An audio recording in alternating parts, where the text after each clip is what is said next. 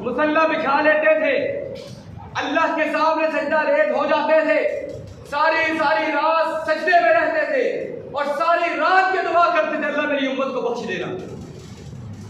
मैं अपनी उम्मत के लिए रोते रहे, अपनी उम्मत के लिए, कोई नबी अपनी उम्मत के लिए नहीं रोया।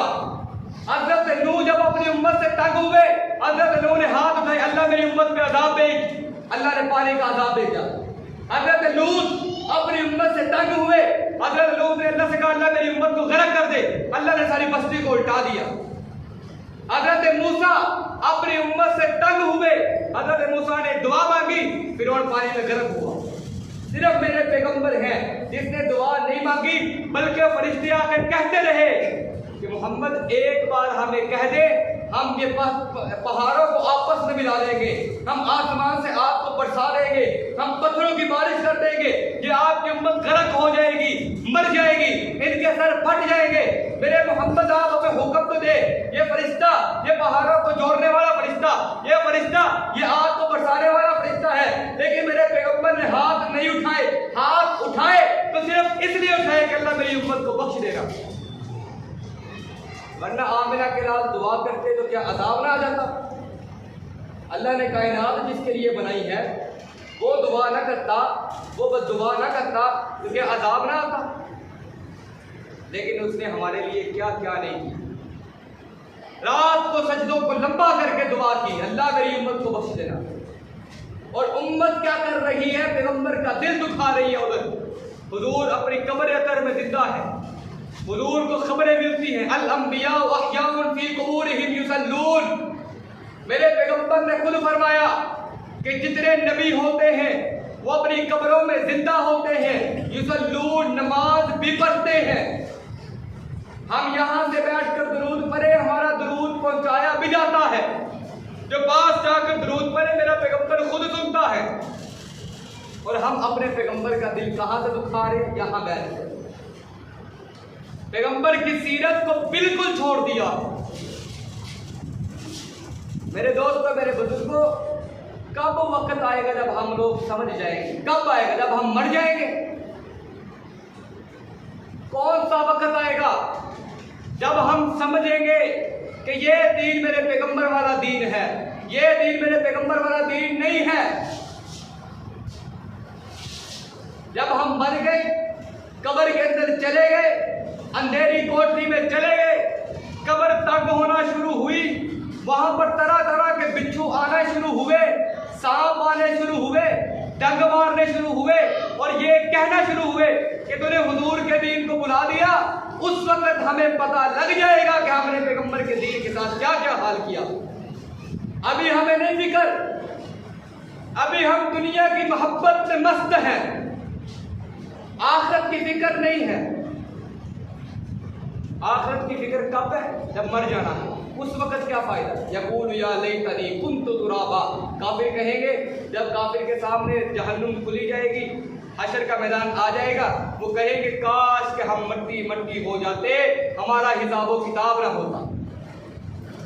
लेकिन आपके काफिर क्या कहते हैं, तो कुछ भी नहीं होना, मर जाना है, मट्टी में गिर जाना है, कोई हिसाब किताब नहीं। लेकिन जब हिसाब किताब होना है, वह यक़ूलुल काफिरु या लैतनी कुन्तु तुराबा, काफिर ने कहना है काश कि हम मट्टी मट्टी हो जाते। अगर मैं इन चीजों पे बात करूं तो लोग कहते हैं ये हुजूर की विलादत का मुनकिर है। मैं कहता हूं जो हुजूर की विलादत का मुनकिर है उससे बदतरीन काफिर कोई नहीं। हुजूर की सीरत के मुनकिर न बनो। मेरे पैगंबर की तालीमात क्या थी, हुजूर को 40 साल के बाद नबुव्वत मिली।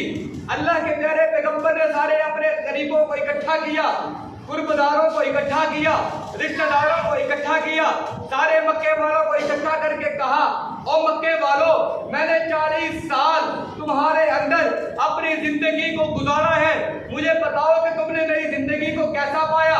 सारे मक्के वालों ने मिलकर कहा आमन्ना मसद्दकना। मेरे पैगंबर को कहा कि मोहम्मद, हमने आपको अमानत वाला पाया, हमने आपको सदाकत वाला पाया, फिर मेरे पैगंबर ने कहा क़ूलू ला इलाहा इल्लल्लाह, फिर तुम कलमा पढ़ो और मुसलमान हो जाओ। मेरे पैगंबर ने 40 साल तक अपनी जात को पेश किया। 40 साल के बाद मेरे अल्लाह ने नबूवत अता की। इक़रा बिस्मि रब्बिकल्लज़ी खलक़, अल्लाह ने कुरान को उतारना शुरू किया। 23 साल के अरसे में मेरे पैगंबर पर कुरान उतरता गया, दीन के मसाइल आते गए, मेरा पैगंबर बताता गया। जिसने मेरे पैगंबर के दीन के मसाइल पर अमल कर लिया उसे अल्लाह ने कहा रज़ियल्लाहु अन्हुम व रज़ू अन्हु, मैं अबू बकर से राज़ी, मैं उमर से राज़ी, उस्मान से राज़ी, अली से राज़ी, मैं अपने सारे असहाब से राज़ी हूँ। क्यों? इन्होंने मेरे पैगंबर के दीन पर अमल किया। फिर सहाबा के बाद जिसने मेरे पैगंबर के दीन पे अमल किया वो जन्नती है, जिसने अमल नहीं किया छोड़ दिया। एक होता है अमल ना करना, छोड़ देना, एक होता है अमल तो नहीं किया लेकिन दीन के अंदर चीजें और भी लाकर रख दी कि ये भी दीन है।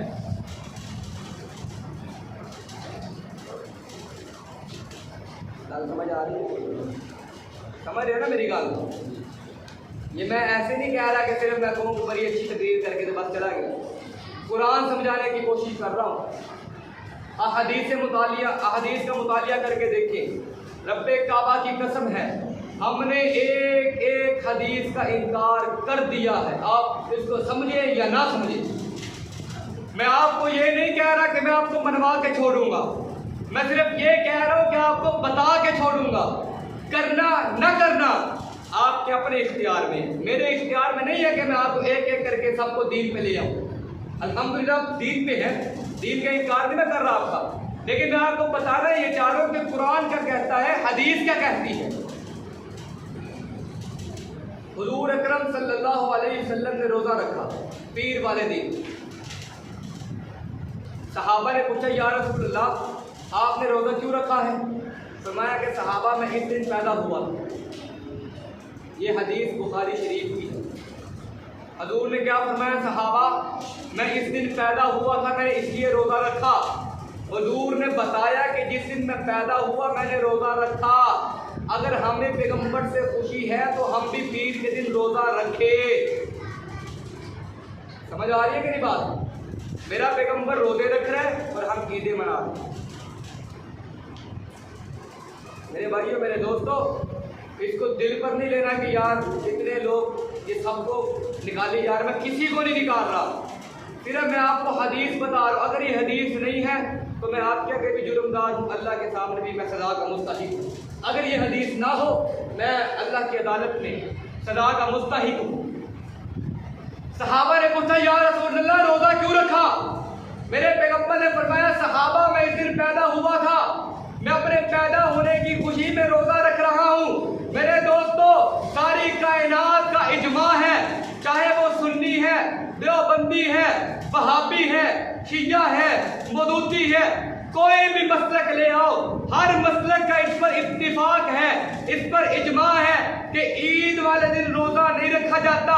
जो आदमी ईद वाले दिन रोज़ा रखता है अल्लाह उसको गुनाह देता है। जो भी आदमी ईद वाले दिन रोज़ा रखता है अल्लाह उससे नाराज होता है। वजह क्या है? अल्लाह कहता है ये ईद खुशी का दिन है, तुम्हें मैंने खुशी दी है, मैं तुम्हें तुम्हारा इकराम कर रहा हूँ, मैं तुम्हारी दावत कर रहा हूँ, वो तुम रोज़ा रख रहे हो। रोजे का और ईद का आपस में कोई ताल्लुक नहीं। ईद वाले दिन रोजा नहीं हो सकता, रोजे वाले दिन ईद नहीं हो सकती। समझते हैं कि नहीं समझते इस बात को? समझते हो कि नहीं समझ? ईद वाले दिन रोजा रख के खाओ, हाँ पूरा साल पूरा महीना रोजे रखो। जो छोटी ईद हमें तुझे उस दिन भी रोजा रखो तो वही मैं बड़ा रोजेदार। लोग भी कहेंगे पागल है, दीन भी कहता है कि पागल है। दीन उसे मकरूह तहरीमी कहता है कि उसका ईद वाले दिन रोजा रखना हराम है। वड्डी सारे जानवर कुर्बानी करके गोश्त खा रहे हैं, मैं रोजा रख लेना। अल्लाह के आगे भी जुर्मदार, लोगों के आगे भी जुर्मदार। ईद वाले दिन रोजा नहीं रखते और रोजे वाले दिन ईद नहीं मनाते। समझ आएगी नहीं बात? मेरे पैगंबर ने क्या कहा कि जिस दिन मैं पैदा हुआ मैं रोजा रखता, रोजा। और हमने क्या किया है जिस दिन मेरा पैगंबर पैदा हुआ है?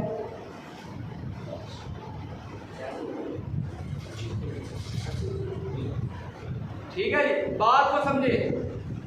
अल्लाह के प्यारे पैगंबर ने कितनी हदीसें हमें सुनाई हैं, हम इसका तसव्वुर नहीं कर सकते। चले ज़्यादा नहीं, हम मौके महल के हिसाब से उन हदीसों को सुन तो ले।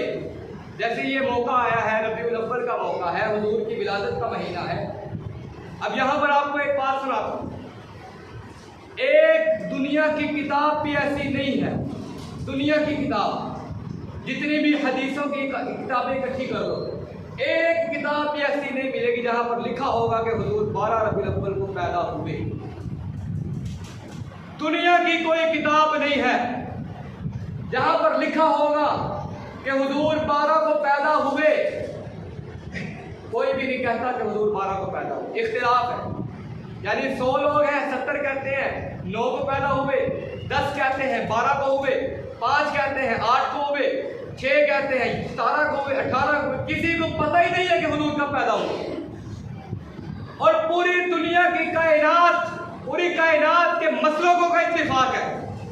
सुन्नियों का भी इत्तिफाक, वहाबियों का भी इत्तिफाक, देवबंदियों का भी इत्तिफाक, शियों का भी इत्तिफाक कि मेरे पैगंबर की वफात 12 रबीउल अव्वल को हुई है। जिस दिन मेरा पैगंबर दुनिया को छोड़कर चले गए वो दिन 12 रबीउल अव्वल का दिन था। अब बताएं 12 को वफात है कि 12 को विलादत है? हम वफात वाले दिन क्या काम कर रहे हैं? जो विलादत को करने चाहिए हम वफात को कर रहे हैं।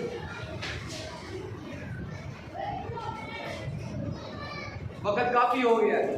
बस अल्लाह रब्बुल इज्जत से दुआ ये है, अल्लाह ताला हमें कामिल दीन पर, अल्लाह मुझे भी हिदायत दे और अल्लाह हर एक के दिल में नूरे हिदायत को नाजिल फरमाए। हजरत उमर बिन खत्ताब अभी मुसलमान नहीं हुए थे और अमर बिन हिशाम अबू जहल था। मेरे पैगंबर इन दोनों को देखते थे तो ये दोनों बड़े ताकतवर थे। हजरत उमर बिन खत्ताब भी ताकतवर थे, हजरत अबू जहल भी ताकतवर था, हजरत अबू जहल भी ताकतवर था। हुजूर ने दुआ की, अल्लाह या तो मुझे उमर बिन खत्ताब दे दे या हम अमर बिन हिशाम दे दे।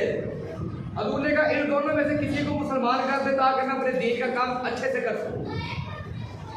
अल्लाह ने फरिश्तों से कहा, फरिश्तों इन दोनों के कुलूबों को लेके आओ, दिलों को लेकर आओ। फरिश्तों ने हजरत उमर के दिल को निकाला, अबू जहल के दिल को निकाला, अल्लाह के बारगाह में खड़े हो गए। अल्लाह ने उमर के दिल को देखा, उमर के दिल को अभी दावत नहीं पहुंची, उमर के दिल में अभी कुरान नहीं पहुंचा, उमर के दिल में हदीस नहीं पहुंची। अल्लाह ने अबू जहल के दिल को देखा, अबू जहल के दिल में कुरान भी पहुंचा, हदीस भी पहुंची, मेरे पैगंबर की दावत भी पहुंची। अल्लाह ने फरमाया उमर के दिल पे नहीं पहुंची, उमर का दिल मुसलमान हो सकता है, अबू जहल मुसलमान नहीं हो सकता। क्यों? अबू जहल डीठ है, अबू जहल पक्का काफिर है, इसको दावत पहुंची है, कुरान पहुंचा है, हदीस पहुंची है, ये फिर भी मुसलमान नहीं हो सकता।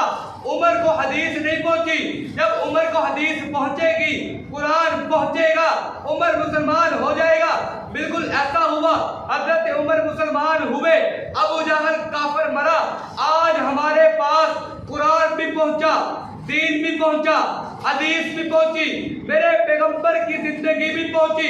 उसके बावजूद अगर हमने दीन पे अमल न किया, बावजूद कुरान पे अमल न किया, बावजूद सहाबा की जिंदगियों पे अमल न किया, मेरे दोस्तों अबू जहल का इख्तिताम देखा, काफिर मरा, हमारा इख्तिताम क्या होगा हम खुद उसका हिसाब लगा लें। कुरान पहुंचा है पूरे 30 पारों में, हदीसें पहुंची है किताबों की शक्ल में, सहाबा की जिंदगियां पहुंची हैं। उसके बावजूद हमने अगर कुरान और हदीस पे अमल ना किया, फिर आप हम खुद सोचें कि हमारा हिसाब क्या होगा। अल्लाह से दुआ ये है, अल्लाह ताला हमें दीन हक पर अमल करने की तौफीक अता फरमाए। बाकी मेरी बातों से नाराज नहीं होना, आप मेरे बड़े हैं, मेरे भाई हैं, मेरे बुजुर्ग हैं, मैं किसी का दिल नहीं दुखाना चाहता, न किसी का दिल दुखाने की मेरी कोशिश है, न तमन्ना है। मेरी सिर्फ कोशिश ये है कि मैं रब के कुरान को बयान करूं, मोहम्मद के फरमान को बयान करूं। बाकी मानना न मानना हर बंदे के इख्तियार में है। अल्लाह से दुआ है अल्लाह ताला अमल की तौफीक अता फरमाए।